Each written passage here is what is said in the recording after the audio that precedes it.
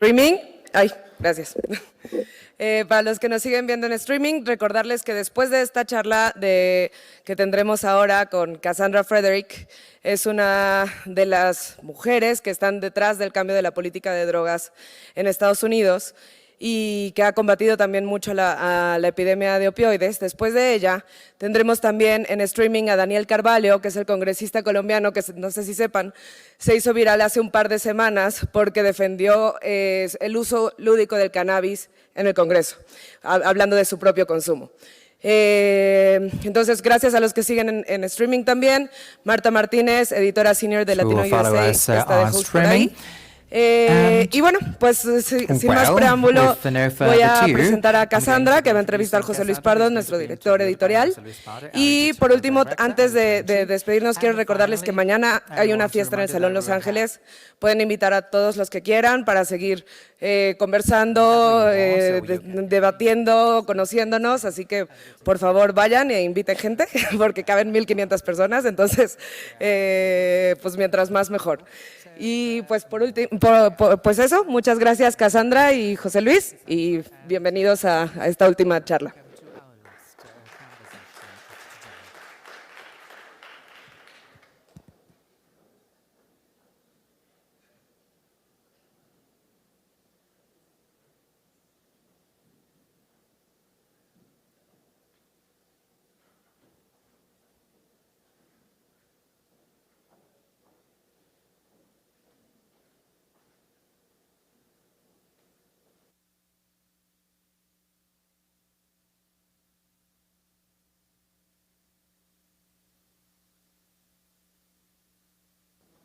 Hola, hola, hola. Ahora sí, ¿verdad?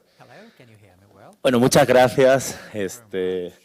Vamos a cerrar las 3 charlas hablando pues, del tema con el que Dromómonos empezó y creció. Y creo que... Y también creo que en un festival sobre temas importantes y sobre narrativas no podía faltar quizás la narrativa más grande de los últimos 50 años en la región, que es la guerra contra las drogas y también todas las mentiras que hay detrás. Pero no trajimos a Cassandra Frederick, la directora ejecutiva de Drug Policy Alliance, para decirnos otra vez que la guerra contra las drogas ha fracasado. Creo que esa conversación a estas alturas ya no es una opinión, sino esta conversación va a girar en torno a nuevas posibilidades también. Si ya sabemos que ha fallado, gracias, Don. ¿Qué podemos hacer más? ¿No? O sea, ¿qué nuevo relato podemos construir?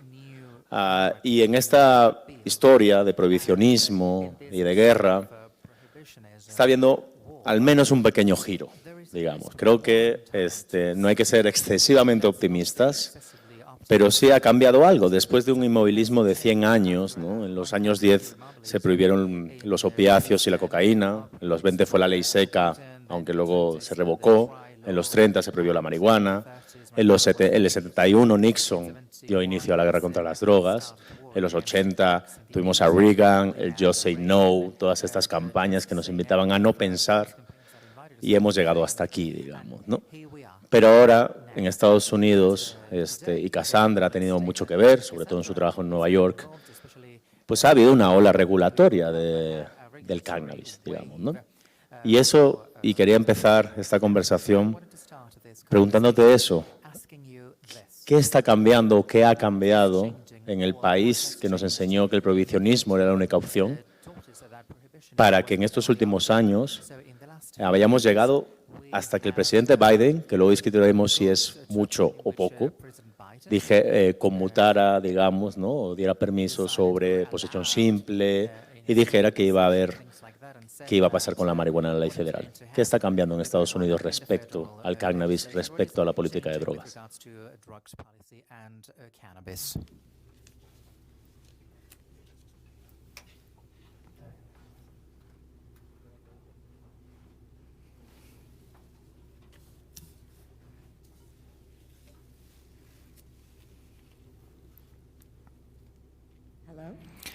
Hola.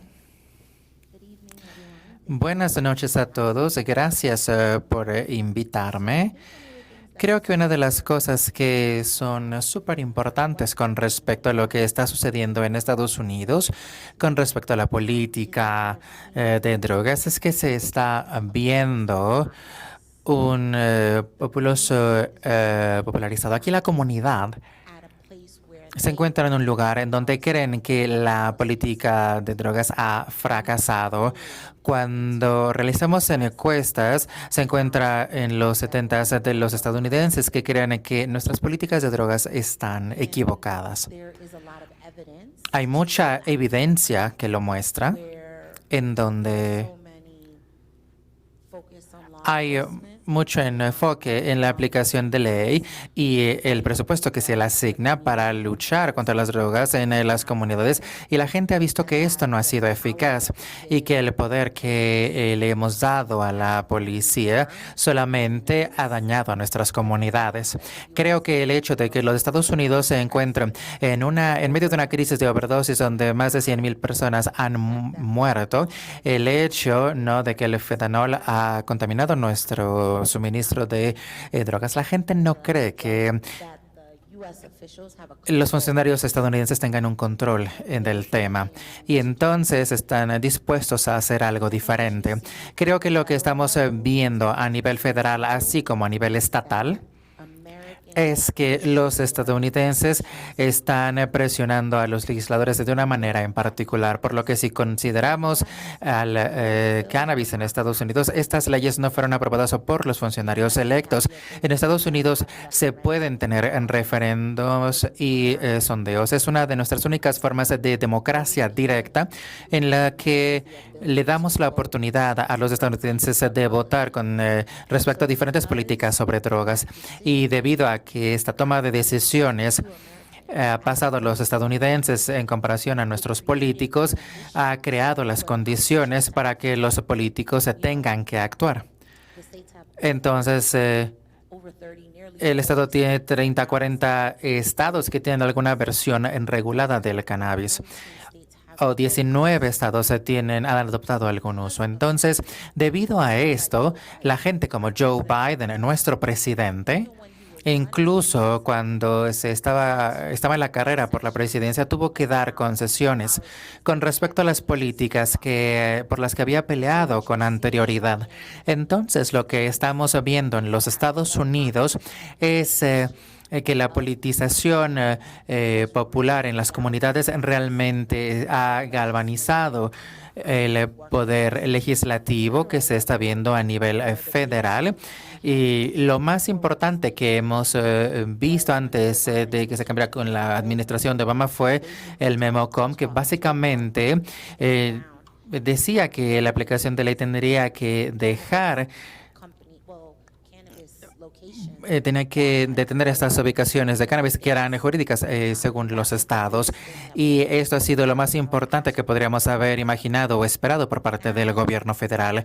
Ahora, días después, la barra se ha movido en donde el gobierno federal, se espera que haga que se muevan las cosas, porque tantos estados ahora tienen regulaciones de la cannabis, ¿no? Tenemos la parte de la banca a nivel federal, la emisión del comercio, que también tiene que realizarse a nivel federal, la conversión de los recursos para los estados para la equidad social. Todo esto está a nivel federal. Así, los estados ahora han decidido que de hecho necesitamos al gobierno federal para que actúe y para hacerlo más fácil para nuestros programas y para que florezcan y existan. El otro punto es que no solamente tiene que ver con el cannabis. A nivel federal tenemos aquí una fuerza, un grupo de trabajo que estudia los propósitos medicinales de las sustancias psicodélicas. Entonces, la gente está teniendo aquí diferentes tipos de conversaciones. La conversación a la izquierda en Estados Unidos es que las políticas han fracasado y ahora tenemos que terminar con la guerra. Ahora, en función de lo que uno diga o a quién se le pregunte, la gente va a tener diferentes definiciones con respecto a lo que significa terminar con la guerra contra las drogas, ¿no?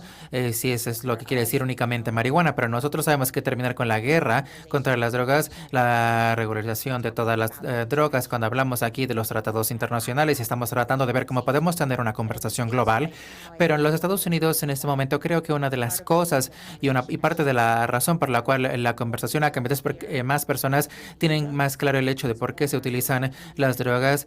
Tenemos redes sociales, los medios principales, la gente está conversando al respecto, estamos teniendo referendos que nos permiten presionar para que se tenga esta conversación, para que se despenalicen todas las drogas. Esa es y aquí tenemos el primer estado que lo hizo y ahora tenemos una ley federal al respecto porque el estado mostró que podía hacerlo y entonces ahora el gobierno federal necesita una contraparte para que se continúe con esta conversación.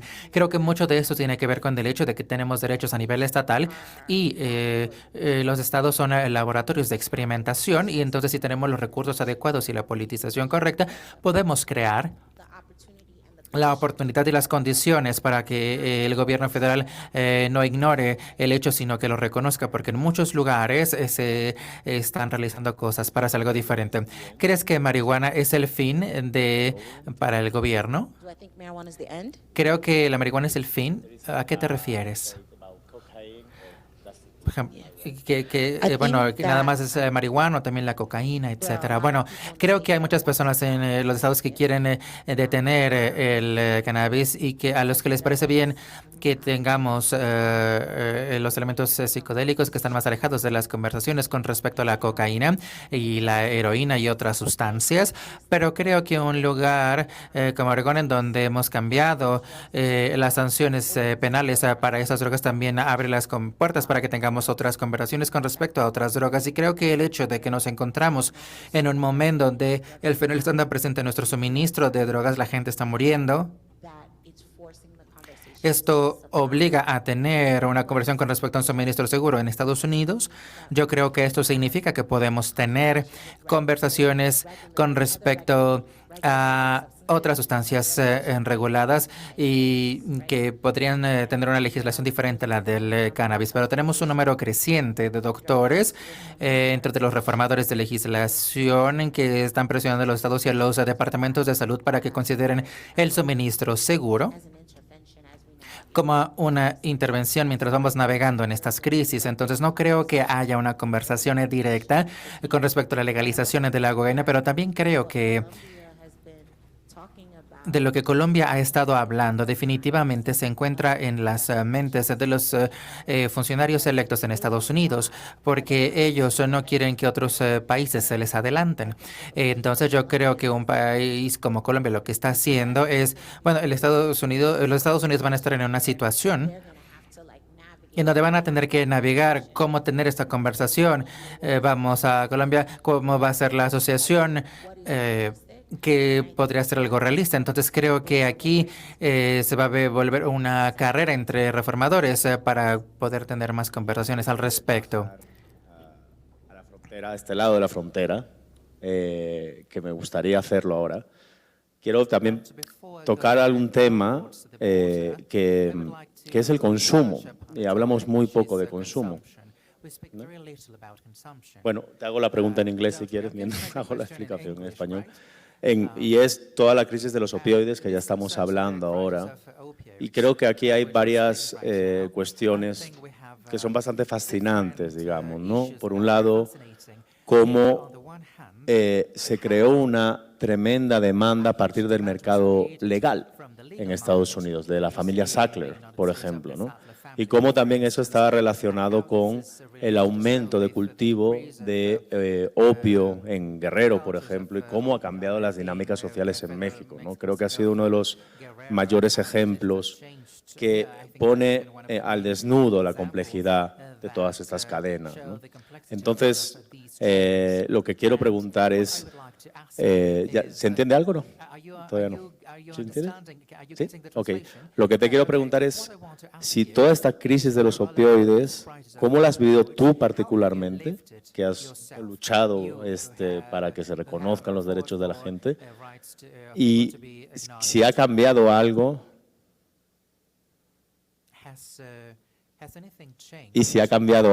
¿piensas que ha cambiado algo también la mentalidad? Yo hace unos años estuve ahí justo en Nueva York haciendo un reportaje y también había un componente racial muy poderoso.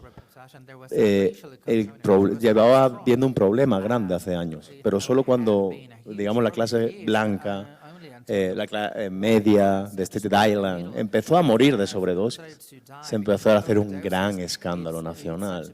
Y cuando lo que yo veía en las calles era que eso ya era un problema muy grande, ¿no? Entonces, ¿cuál ha sido la relación de eso, de Estados Unidos, con la crisis de los opioides, desde el mercado legal, desde ilegal, desde el consumo, y dónde estamos ahora?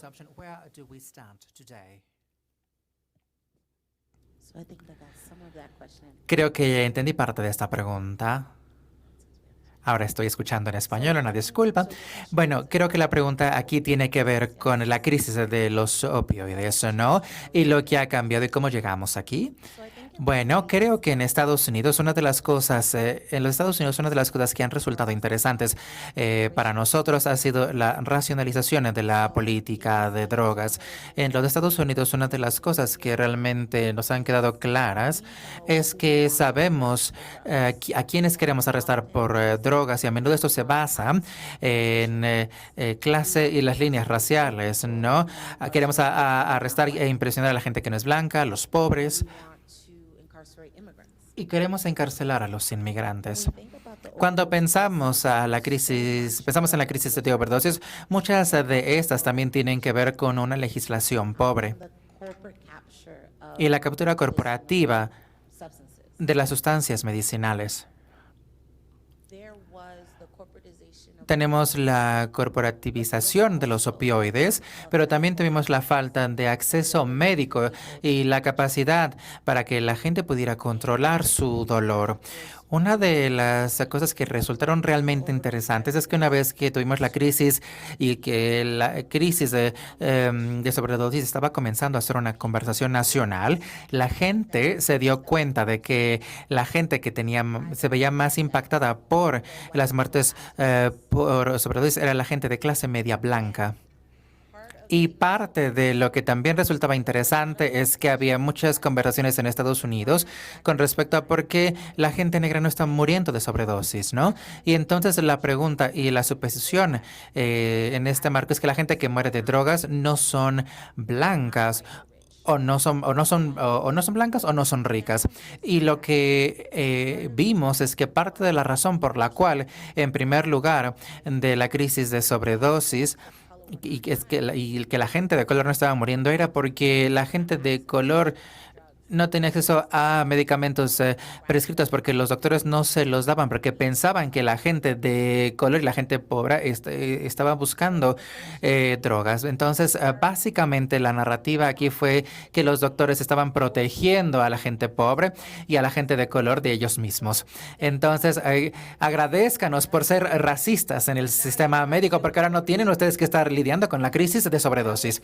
No, básicamente esto es lo que tenemos artículos como en el New York Times de este tipo. Y esto expone múltiples problemas. Expone el problema asociado al tipo de atención sanitaria que vas a obtener con base en tu ciudadanía, tu raza y tu clase en los Estados Unidos. Y la gente cree que te están inoculando contra la crisis de la sobredosis. Y cuando realizamos nuestra investigación, lo que nosotros encontramos es que la gente que estaba muriendo por medicamentos prescritos, bueno, ellos no se los estaban autoprescribiendo, ellos los estaban recibiendo de otras personas. Entonces teníamos aquí una historia y una narrativa de que la gente se estaba volviendo adictos accidentales porque los doctores estaban presionando el uso de drogas con ellos o de medicamentos con ellos. Entonces aquí el problema es que la gente no tenía el acceso a la atención sanitaria debido a raza y clase, así como geografía. Y por lo tanto, la gente estaban asumiendo en sus propias manos el experimentar para atender su propio dolor. Entonces, ellos no podían tener el apoyo o no tenían a ningún lado a cual dirigirse cuando algo salía mal. Sin embargo, incluso si esto era parte de la historia, la narrativa aquí era que esta gente blanca son adictos porque los doctores los hicieron y los doctores querían hacer dinero. Y esta narrativa es importante porque estaba tratando de crear circunstancias en que mantenían en lugar el razonamiento para el encarcelamiento de gente de color. La gente de color sabemos que ellos van a ser adictos, ¿no? Pero algo tiene que estar mal, porque entonces los que son adictos ahora son blancos, algo no está funcionando bien. Y entonces esto era algo que los reformadores de políticas sobre drogas de las que tuvieron que hablar, porque algo que resultaba confuso para la gente es que habían creído que debido a que la gente blanca había estado muriendo por sobredosis, que la guerra contra las drogas en Estados Unidos había disminuido, y esto no era real.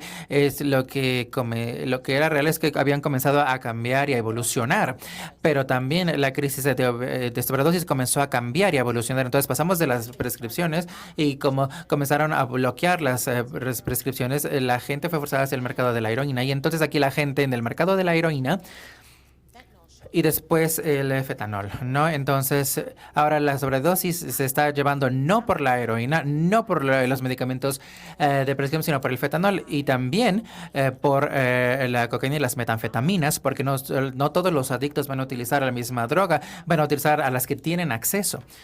Y lo que es realmente importante aquí es que en la conversación del adicto blanco accidental, los funcionarios electos comenzaron a decir, bueno, no podemos salir de esta a través de arresto, no tenemos que buscar tratamientos y tenemos que buscar formas para terminar con la guerra contra las drogas. Pero esto se ha convertido en un hecho en el que la gente quiere que la gente ya no se les arreste por drogas, sino que se les obligue a tener un tratamiento en contra de su voluntad. Y muchos de los lugares de tratamiento en donde están tratando de que operación que la gente vaya, bueno, también tienen este estilo, y la gente sigue sin tener autonomía, no tienen acceso a medicamentos o a metadona o Suboxone. Entonces, seguimos haciendo lo mismo, pero ahora los policías se ven diferentes porque ahora son enfermeras y doctores y trabajadores sociales. La otra cosa que es importante reconocer y en este marco es que además el hecho de que se tienen implicaciones racistas con respecto a que realmente, para realmente reforzar la línea entre la gente que utiliza medicamentos y la gente que los vende. En 2015, en el estado de Maine, el gobernador dijo, teníamos un problema de drogas en Maine. Nuestras mujeres blancas se están volviendo adictas porque James Mood, Einol y Jane Boogie. Y les voy a dar el contexto para esto. Estos nombres son nombres estereotípicamente negros y llegan a Maine y están volviendo a nuestras mujeres blancas, las están volviendo adictas y las están fecundando. Entonces tenemos aquí una cuestión birracial, y esto fue un tema en 2015. Y bueno, en Hurricanes tenemos gente como Henry Ancillon en 1937 con respecto a la ley de impuestos de marihuana. Se establece, ¿no?, que la gente de color quería sentirse como gente de blanco. ¿Y por qué teníamos que hacer el cannabis ilegal? Porque en lugares como en Harlem, donde los estudiantes estaban yendo a clubes nocturnos y las mujeres blancas estaban yendo y estaban bailando con músicos negros de jazz. Entonces la raza en general ha creado realmente las circunstancias y las condiciones en las que el Estados Unidos va a responder a las drogas y los tipos de drogas que se van a penalizar. Y en la crisis de sobredosis quedó claro y la gente pudo ver la respuesta diferenciada en la retórica, incluso si la política no cambió. Pero parte de la razón por la cual se tiene este antídoto coloquial tiene que ver también con el hecho de que la línea entre el usuario y el vendedor se volvió más fuerte en la crisis de la sobredosis. Y durante este tiempo comenzaron a decir, bueno, no podemos salir de ese problema arrestando a la gente, tenemos que ir tras la gente que está vendiendo drogas con más ahínco. Entonces, aquí empezamos se empezaron a aprobar leyes penales, ¿no? Entonces, si alguien moría por el uso de una droga, entonces se iba a perseguir esto como un delito. Pero entonces resulta que los vendedores son negros y entonces tenemos que hacer que esta gente negra, tenemos que ir tras esta gente negra que está envenenando a nuestros niños blancos y es todo lo que se ve en el país. Ahora, también estamos teniendo un momento en Estados Unidos en donde la conversión de la crisis de sobredosis está cambiando. Incluso si la crisis tiene más de 100,000 personas que han muerto y la gente está diciendo, hemos sido muy blandos con respecto a la gente que utiliza drogas. Realmente tenemos que obligarlos a que tomen un tratamiento. Tenemos que comenzar a inyectar dinero a la aplicación de la ley. Tenemos que hacer más estrictas nuestras sanciones para la gente que vende drogas y a la gente que utiliza drogas se tiene que asumir una responsabilidad individual. Y yo les voy a decir por qué esto ha cambiado o parte de la razón por la cual esto ha cambiado. Parte de la cual, porque esto ha cambiado, es porque en Estados Unidos ahora la crisis de la sobredosis se ha estabilizado en la comunidad blanca. Entonces, el grupo más grande de personas con la tasa de mortalidad más alta en Estados Unidos es de gente negra. Y ahora, entonces, estamos viendo aquí el péndulo que está regresando a las respuestas penales, de tipo penal. Entonces, yo creo que como reformadores de la legislación con respecto a las drogas, tenemos que hablar de la narrativa, de que todo ha cambiado porque ahora la gente blanca está muriendo, pero esto no es cierto porque no ha cambiado mucho, solamente encontraron más formas insidiosas de perseguir a la gente que es pobre y no blanca. Y ahora, cuando se muestran los datos y que las muertes por sobredosis están cambiando de grupo demográfico, entonces ahora se está volviendo esto más divisivo, están recibiendo un mayor enfoque para traer de vuelta políticas draconianas por las cosas que están cambiando. Y realmente aquí están buscando... Bueno, la retórica se está viendo mucho como la de los años 80 y 90. Y también lo vemos en la forma en la que están hablando de fetamol y de dónde viene.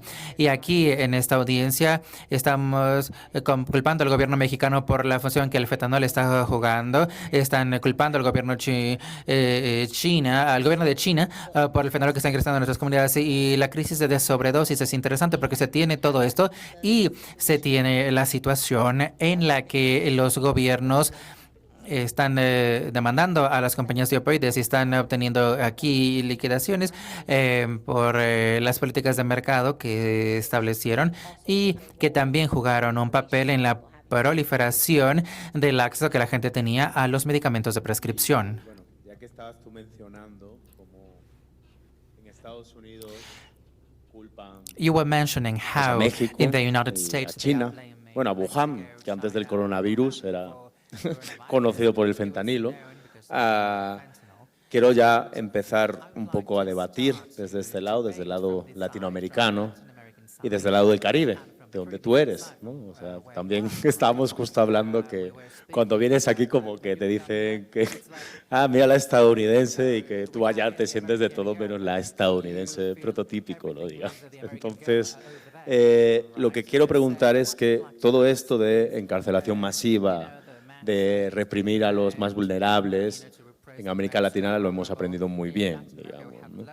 Pero, ¿por qué crees que el prohibicionismo se extendió tan rápido y la guerra contra las drogas se extendió tan rápido en nuestros países, pero ahora nos está costando, siquiera con la marihuana, con el cannabis, copiar un poco, ¿no?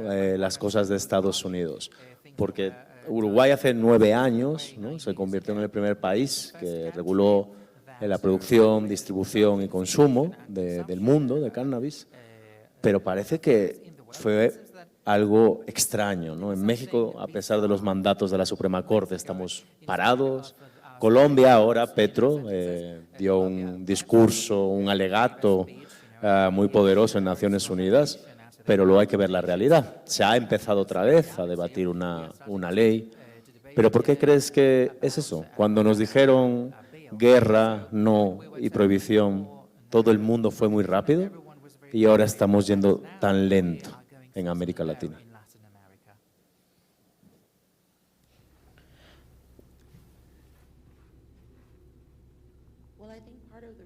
Yo creo que una parte de la razón por la cual la velocidad es la que tenemos actualmente es que, a pesar de lo que hace Estados Unidos en su propio país, también hay un interés en mantener el prohibicionismo en América Latina y el Caribe.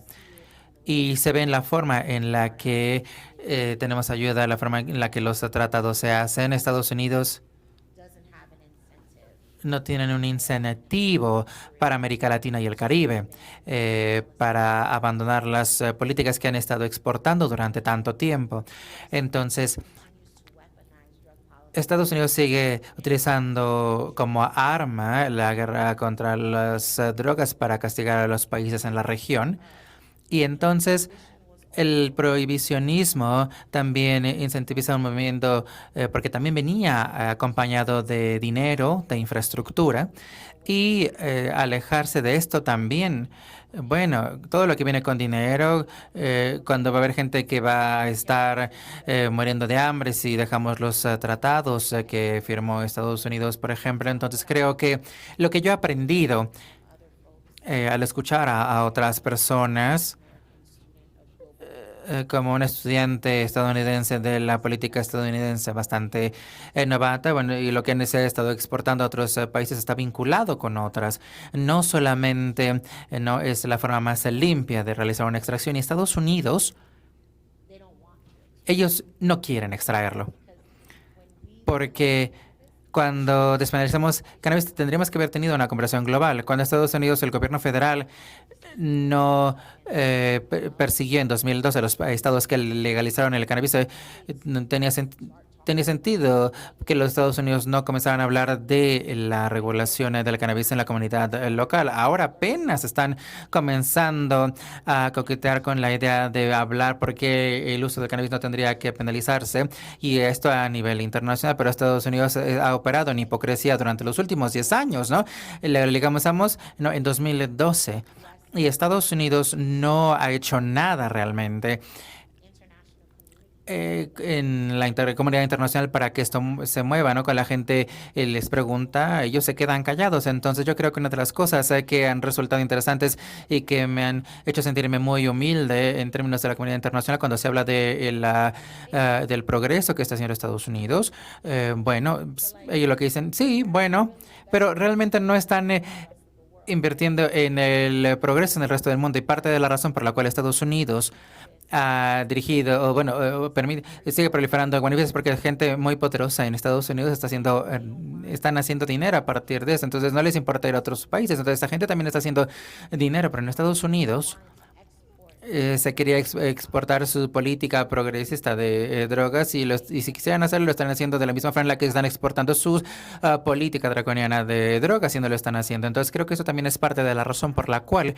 está sucediendo de manera tan lenta, debido a la influencia exterior de Estados Unidos en países en otros lugares. Y una pregunta que siempre nos viene, has estado más o menos apuntando cosas, pero entonces, ¿por qué seguir, no solo Estados Unidos, sino el mundo en general y mayoritariamente, por qué seguir con una política que ha fracasado una y otra vez?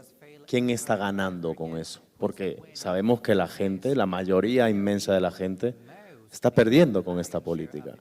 Pero ¿quién está ganando? ¿Tú en tu trabajo has encontrado a esa gente? ¿A ponerle incluso rostro a esa gente? Porque en el imaginario tenemos que, bueno, ganan los narcotraficantes, ¿no? El dinero. Pero ¿quién más está ganando en esta maquinaria?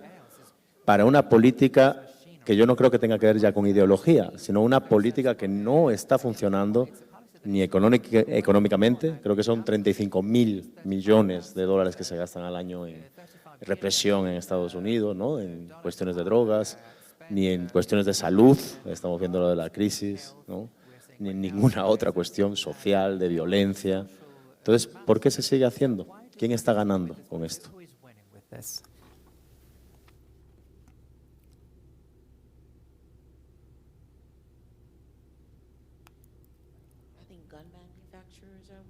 Creo que los fabricantes de armas están ganando.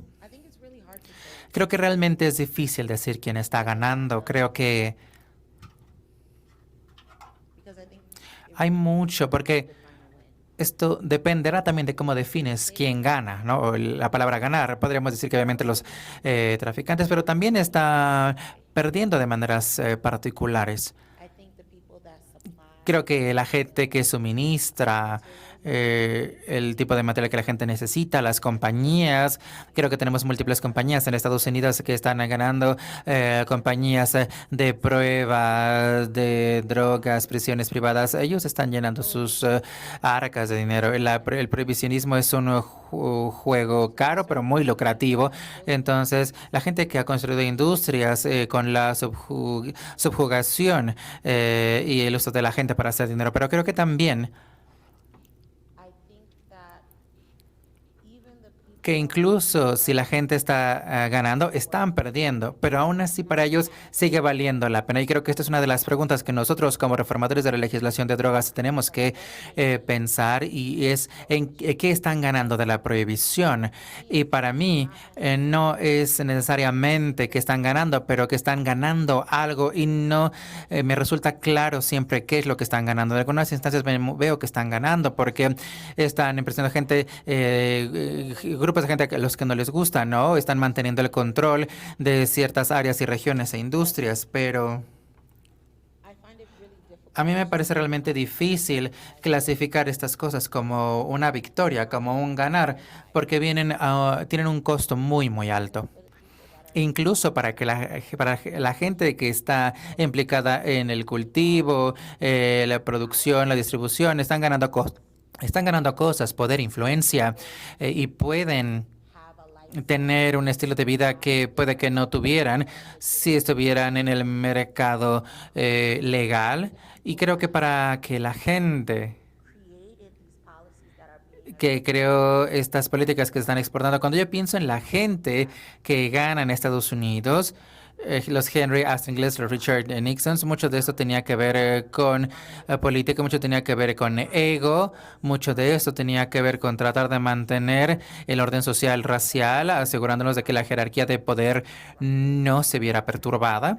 Y yo creo que hay muchas personas que están están muy empeñadas en esta situación, ¿no? Y que estarán dispuestas a hacerlo todo para mantener estas cosas así, porque no importa dónde vayas en el mundo, el mismo tipo de personas se van a ver impactadas de manera desproporcionada. Si yo voy a una ciudad en Colombia, en la costa, o si yo voy a Brasil, o incluso si yo voy a África, o si voy a Asia, o si voy a Estados Unidos, es el mismo tipo de personas que se están viendo impactadas y que están siendo encarceladas, a las que se les está matando, a las que se les está controlando. Y creo que mucho de esto tiene que ver con lo que la gente va a ganar controlando ciertos grupos. Y yo creo que como reformadores de las políticas, esa es la pregunta en la que tendríamos que pasar más tiempo reflexionando. ¿Qué es lo que están ganando? ¿Qué incentiva su compromiso con la violencia, con la prohibición, que incentiva su compromiso con la corrupción, que incentiva su compromiso con el ignorar los daños que todo mundo puede ver? No es como que esta gente no lo pueda ver, que están lastimando a la gente, simplemente les importa más lo que están ganando ellos en el proceso. Y yo creo que hay gente que está ganando, ¿no? Porque están haciendo mucho dinero, pero creo que estas ni siquiera son las verdades más importantes para mí, porque hay gente que no está haciendo mucho dinero, que siguen ganando mucho del prohibicionismo, y creo que esa es una de las cosas que tenemos que señalar. Esta maquinaria que se ha formado And statu in this quo machinery, mundial, político y económico sobre que la prohibición es la manera de enfrentar esto, ¿crees que palabras como la que Gustavo Petro dijo en la ONU tienen algún efecto? ¿Es el principio de algo? ¿Tú cómo lo viste? ¿Te sorprendió? ¿Eres optimista respecto a que eso sí es escuchado? ¿O que el presidente de Colombia en la ONU diga algo para esta gente, digamos, o esta maquinaria es indiferente? No, it's absolutely critical. Es absolutamente crítico. Fue sorprendente.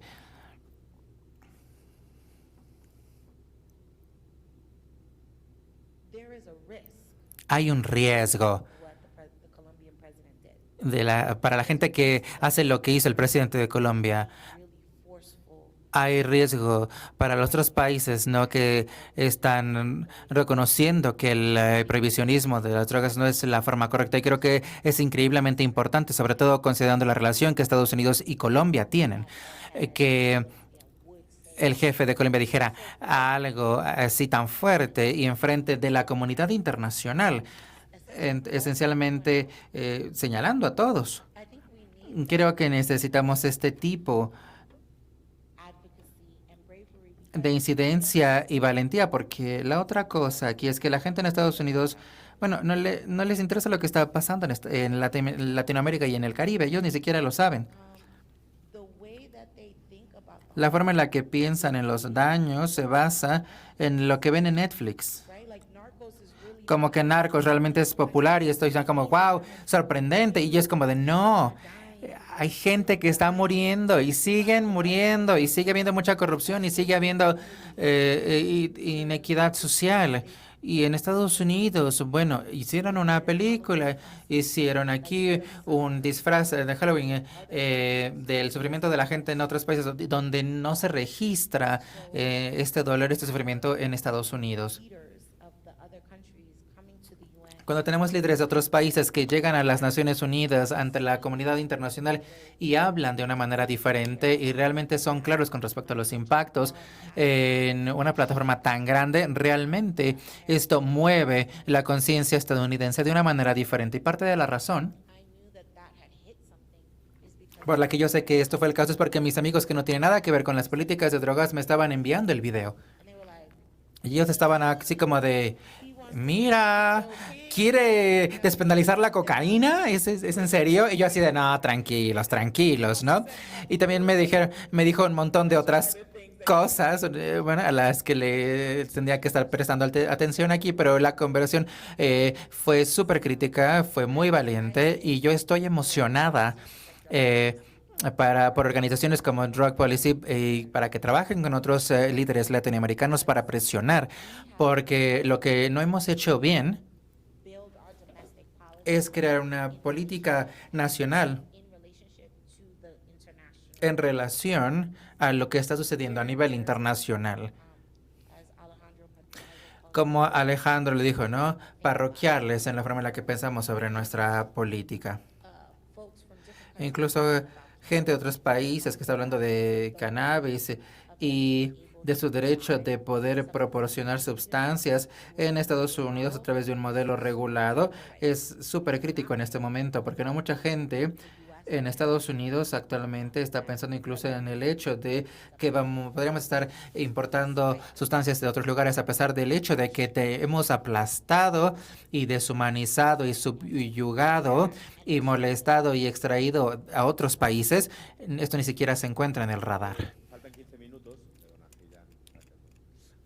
Y quiero acabar con dos preguntas muy rápidas y abrir para la gente que seguro que tiene muchas preguntas, porque he visto aquí a gente que además sabe muchísimo de política de drogas, mucho más que yo.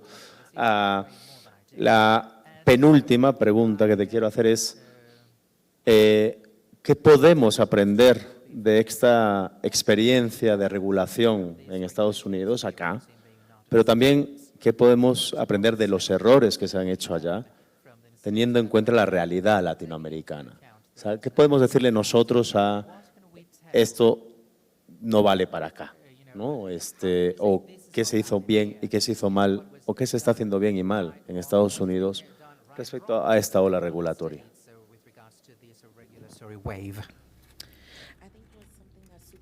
Creo que algo que es muy importante, súper importante para la región de la América Latina en términos de regulación, es que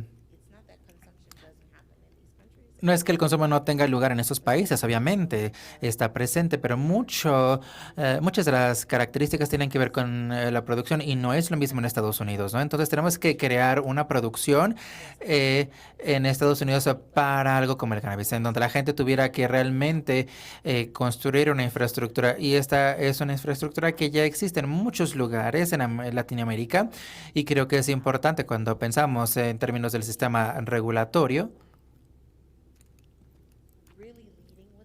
Eso realmente tiene que ver con el hecho de que ya se tiene mucha gente que sabe cómo hacerlo. Y comenzar con la transición de la gente que ya está en el mercado delegado aquí y pasar a un sistema regulado. Creo que mucho en Estados Unidos, mucho de lo que tenemos en Estados Unidos son políticas de drogas y que están enraizadas en la seguridad. Y es lo que indica la dirección de las regulaciones correctas. Las regulaciones no tienen que ver con la agricultura, el desarrollo sostenible, cómo construir mercados para la gente. Tiene que ver con cómo podemos rastrear esto y si uno hace algo malo, cómo se puede encarcelar. Entonces, Latinoamérica tiene una conversación con respecto a la regulación. Podrían empezar en cómo pueden hacer ustedes para empezar desde la agricultura en vez de la seguridad. ¿Cómo se puede hacer como una forma de identificar o experimentar con la regulación no comercial a cosas que ya son parte de su cultura? Es en lo que se podría iniciar. Y encima poner o considerar un sistema regulatorio para las drogas. En Estados Unidos tenemos bastante esta cultura para comenzar de esta forma. Así que ustedes pueden ver en Estados Unidos que la conversación de la transición de la gente después de que se crearon estos operadores multiestatales, estamos luchando constantemente con un secuestro corporativista, porque entonces estamos teniendo, como usted lo decía, estamos yendo más lentos. Y aquí tenemos una oportunidad para enraizar sus políticas de drogas y su regulación en un sistema fuera de la militarización y la seguridad. Creo que la otra parte de tu pregunta era lo que se ha hecho correctamente, ¿no?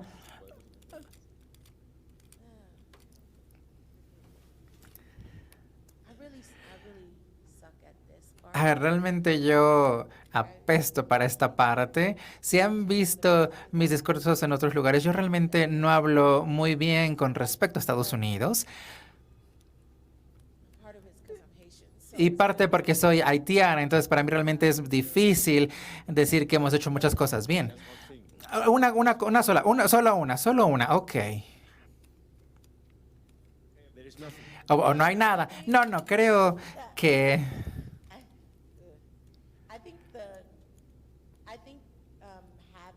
Creo que el hecho de tener conversaciones con respecto al fracaso de las políticas de drogas y el papel de la aplicación de la ley bueno, esto ha sido exitoso en Estados Unidos. Creo que mucha gente está diciendo que la policía no tendría por qué estar haciendo esto, y creo que esto es algo que puede jugar un papel particular aquí, especialmente con la cuestión de la militarización, y crear la conversación con respecto a cuáles son los lugares en donde no tendrían que estar implicados, cuáles son las cosas para las que no tendría que tener financiamiento, que son las cosas que Estados Unidos ha hecho bien, y esto realmente se ha enfocado en esto, ¿no? Para decir, esto es inapropiado, yo no tendría que estar lidiando con esto, ¿no? Entonces, esta conversación de la forma en la que la política de drogas ha creado la conversación sobre la policía y las drogas y cómo se ha tratado de desenmarañar ha sido exitosa, y ha seguido construyendo la plataforma con respecto al papel de la policía en Estados Unidos, lo que yo creo que realmente es algo crítico y realmente sería muy útil en lugares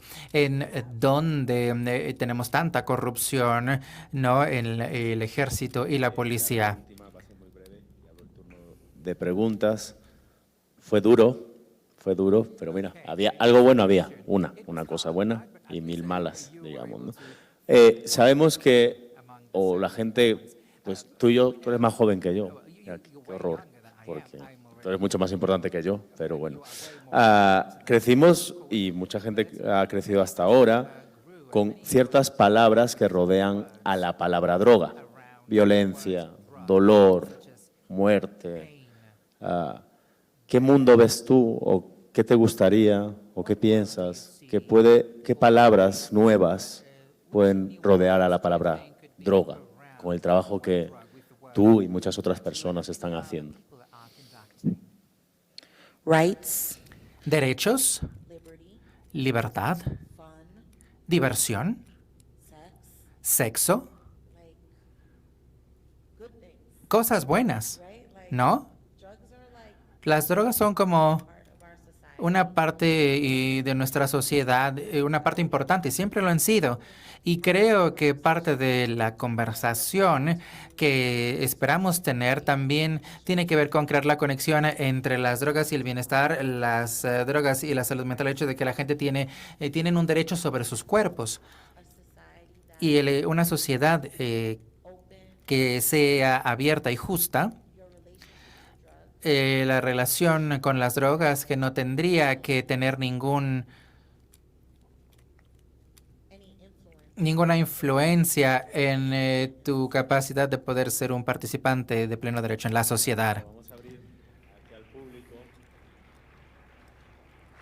Porque creo que ya acaparé muchísimo, además, el tiempo. Don, ¿no hay otro cartel para...? Sí, todavía no. Ok, vale, menos mal. Entonces, ¿quién tiene preguntas por ahí? Sí, allá, ahí veo manos. Allá. Yo es la primera que vi, pero no sé. Andalucha. Is it better to ask in English or in español? In English for her, right? And it gets translated? Okay. Thank you so much for your... Muchas gracias por tu charla. Yo estoy terminando un documental en productores de amapola en México y cómo los precios fluctuantes de la heroína impactan sus vidas. Porque cuando tenemos aquí tuvimos un boom en heroína en Estados Unidos, todo comenzaron a hacer más dinero, comenzaron a construir casas que no tenían antes, enviaron a sus hijos a las escuelas, tener coches que antes no tenían. Entonces, y después, bueno, esto se redujo 10 veces. Y más adelante con la COVID volvió a subir, entonces no se entiende muy bien por qué, pero... cuando le he mostrado el documental a la gente me preguntan, ¿cuál es tu punto? ¿Qué es lo que estás tratando de mostrarnos? Y entonces yo les digo, estoy tratando de mostrar cómo esto impacta las vidas, pero ¿cuál es la respuesta? Y yo les digo, bueno, yo no tengo una respuesta, pero yo me pregunto, ya que trabajas tanto con respecto a las cuestiones de políticas, ¿hay alguna política internacional o recomendaciones de políticas internacionales? Y muchas veces la gente habla, ¿no?, de ubicación, de la despenalización, del opio para la morfina. Yo solamente me preguntaba, bueno, si estas son conversaciones que estás teniendo y si tuvieras alguna política internacional que pudieras compartir conmigo. Muchas gracias por estar con nosotros. Gracias. No sé si tengo alguna recomendación con respecto a políticas, pero una de las cosas que en mis viajes internacionales he tenido y que esto refuerza es el hecho de que la conversación con respecto a las drogas tiene que ver más con otras cuestiones que con respecto a las drogas, ¿no? El hecho de que la gente y sus medios de subsistencia se basen en la demanda del consumo de heroína y que la volatilidad de esta y la habilidad de estar en estos lugares no es una conversación con respecto a si las drogas tuvieran que ser legales o no. Es una conversación económica sobre cómo la gente va a poder obtener, mantener sus medios de vida, de subsistencia. Y parte de lo que el prohibicionismo de drogas da es que a los funcionarios electos es una excusa para no lidiar con los derechos humanos que la gente tendría que tener. Y después culpan a las drogas por lo que está sucediendo o la gente se confunde con respecto a por qué la gente se beneficia realmente del consumo de la heroína, porque hay gente que está consumiendo heroína y hay gente que puede pagar sus gastos de vida, pero hay gente que lo puede hacer sin importar el consumo de la heroína. Y esta es la conversación que la gente tendría que estar teniendo. ¿Cómo podemos lidiar ahora con la riqueza y la equidad? Y esto nos da la capacidad de construir la oportunidad para que la gente no construya economías basadas en bienes que suben y bajan todo el tiempo.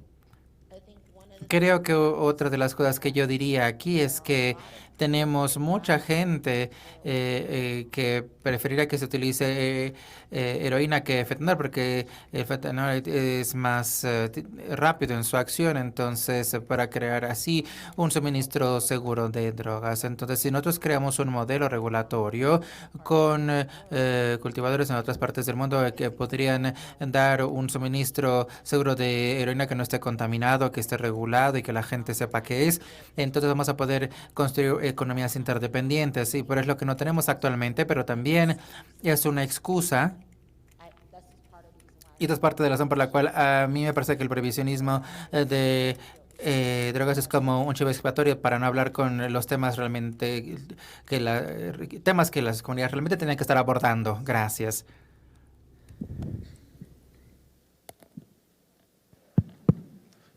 Ya estamos muy cansados. Sí. Cassandra, thank you for Nah, not Questions? this guy. No, your él no, talk. por favor, a él no le den el micrófono. Hola, Cassandra, sí soy yo otra vez. Yo no tengo una pregunta, es más una solicitud. La primera vez que nos conocimos, específicamente te pregunté si la DPA tenía alguna oficina en alguna otra parte del mundo, aparte de Estados Unidos, y creo que tu pregunta fue no. Dijiste que tenías un equipo en Europa. Quizá una o dos personas en contacto en América Latina.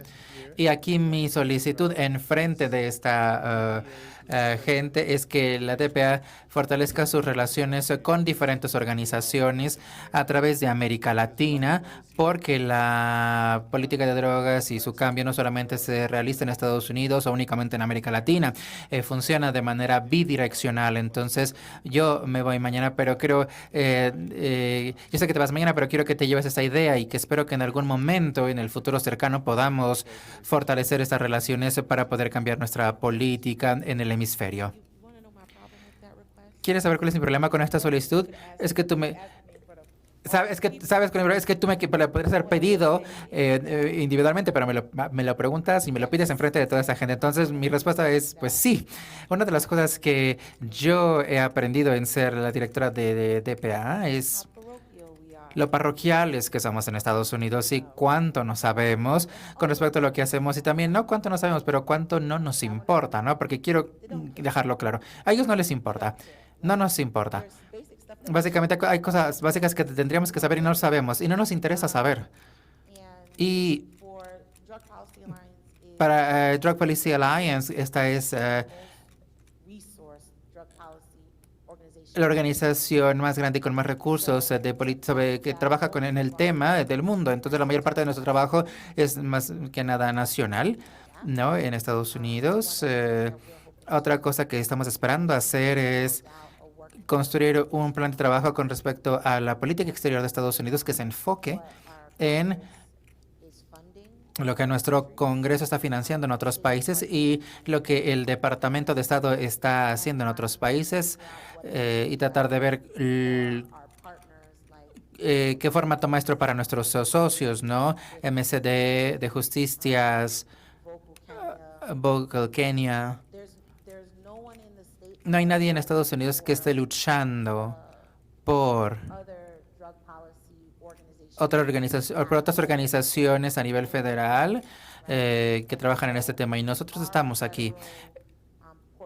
Nuestra cartera federal en este momento, algunas de las conversaciones que estamos teniendo tienen que ver con cómo construimos una estrategia con respecto y un plan de trabajo con respecto a la política exterior de Estados Unidos. Puedo decir, Estados Unidos es muy grande, tenemos mucho trabajo que hacer aquí y solamente tenemos solamente somos 35 personas y solamente de los 35 solamente 15 trabajamos en el tema de políticas y lo que yo diría es que sí, esta es nuestra intención y a mí me interesaría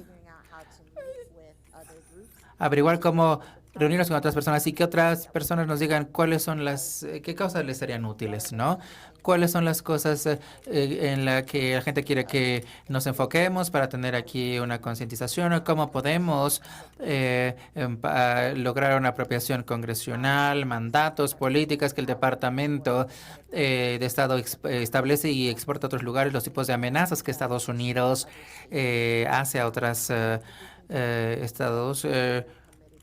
Creo que no podemos hacer todo esto, pero creo que estamos haciendo más de lo que podríamos abarcar en este momento. Hay un montón de preguntas ahora. Y, Not y'all giving cards to people I already know.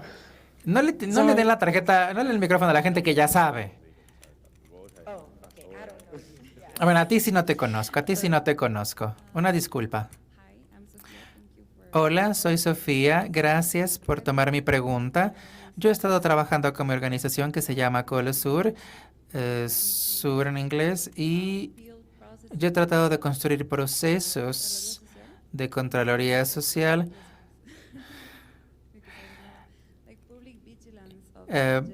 public controllership para contrastar lo social contra el gasto punitivo y esto cómo se relaciona con la prohibición, el prohibicionismo de drogas. Entonces, quería preguntar si tenías algún consejo para que lo hiciéramos y también cómo podemos comenzar una conversación más amplia con respecto a la desmilitarización. Ay, no sé decir estas palabras en inglés.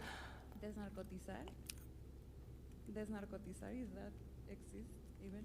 Or like dealing development assistance. Tener aquí una asistencia de desarrollo para las políticas de prohibición, creo esto que realmente podría ser algo interesante. ¿Tienes algún consejo, algún comentario con respecto a cómo los procesos locales y los reformadores de legislación de drogas en México? Muchas preguntas, una disculpa, sí, y no las escuché todas porque cambiabas de inglés al español a cada rato, entonces no pude entender todo. Bueno, creo que lo más importante es, si tienes algún consejo de recomendaciones con respecto a el dinero, no a nivel local, esto es muy importante para mí, para entender y para mi investigación, sí, claro.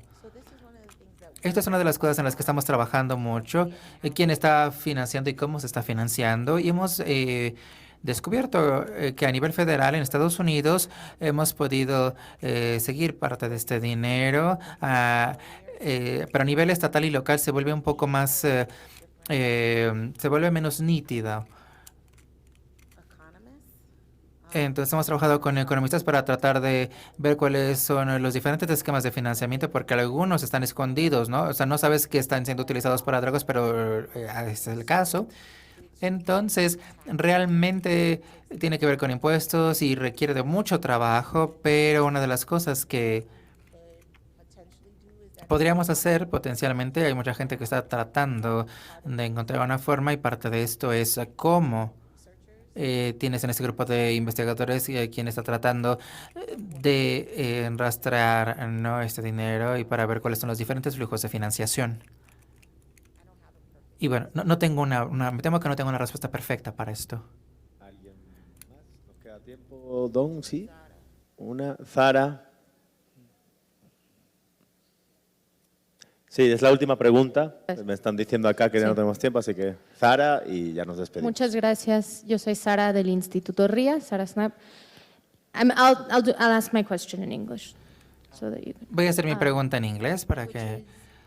Bueno, ¿podrías darnos las tres cosas que más te emocionan con respecto a la regulación de Nueva York con respecto al cannabis? Para terminar aquí, para cerrar con broche de oro. Sí, esa es mi pregunta. Bueno, me emociona que el 50% de los ingresos fiscales de cannabis, 40% en Nueva York, en perpetuidad van a ir a las comunidades que se ven más impactados por la prohibición, el prohibicionismo de drogas, las comunidades que se han visto más impactados por la militarización policial, que han sufrido asesinatos, que estas comunidades reciban dinero de los impuestos fiscales para que tomen decisiones con respecto a lo que quieren hacer en sus comunidades, ya sea construir más escuelas, más parques. Entonces, esto es muy emocionante. Nueva York es el primer lugar en donde tenemos el uso público de cigarros, el primer estado de los Estados Unidos en hacerlo, así que esto realmente es emocionante y lo hemos hecho porque en Estados Unidos no quieren que fumemos tabaco en los lugares públicos. Entonces, cuando se despenalizó el cannabis, tuvimos miedo que la gente que había sido criminalizada por la policía en lugares públicos no pudieran formar en sus casas y cuando salieran y el uso no fuera legal, entonces todavía fueran arrestadas. Entonces pudimos convencer a los funcionarios electos de permitir el uso público y es el primer estado que lo ha hecho. Y lo tercero que me emociona con respecto a la ley sobre el cannabis de Nueva York es que la implementación del cannabis en Nueva York solamente neoyorquinos pueden cultivarlo, entonces hemos bloqueado a las grandes compañías para que lleguen a cultivar el cannabis el primer año y las licencias para el menudeo actualmente las hembras van a ir a gente que ahora tienen condenas, entonces realmente estamos tratando aquí de encontrar un mercado diferente, una regulación diferente para enfocarnos realmente en la gente que se ha visto más afectada por las políticas de drogas. Esto es algo que es muy emocionante para nosotros y es algo que hemos tratado de hacer diferentes cosas. No sabemos si va a funcionar, pero creemos que es mejor, ¿no?, que lo que estamos haciendo actualmente. Así que estamos emocionados con esta experimentación. Okay, we are done. Thank you very much. Sandra. Muchas gracias. Y va a cerrar Ale, ¿no? Supongo el día.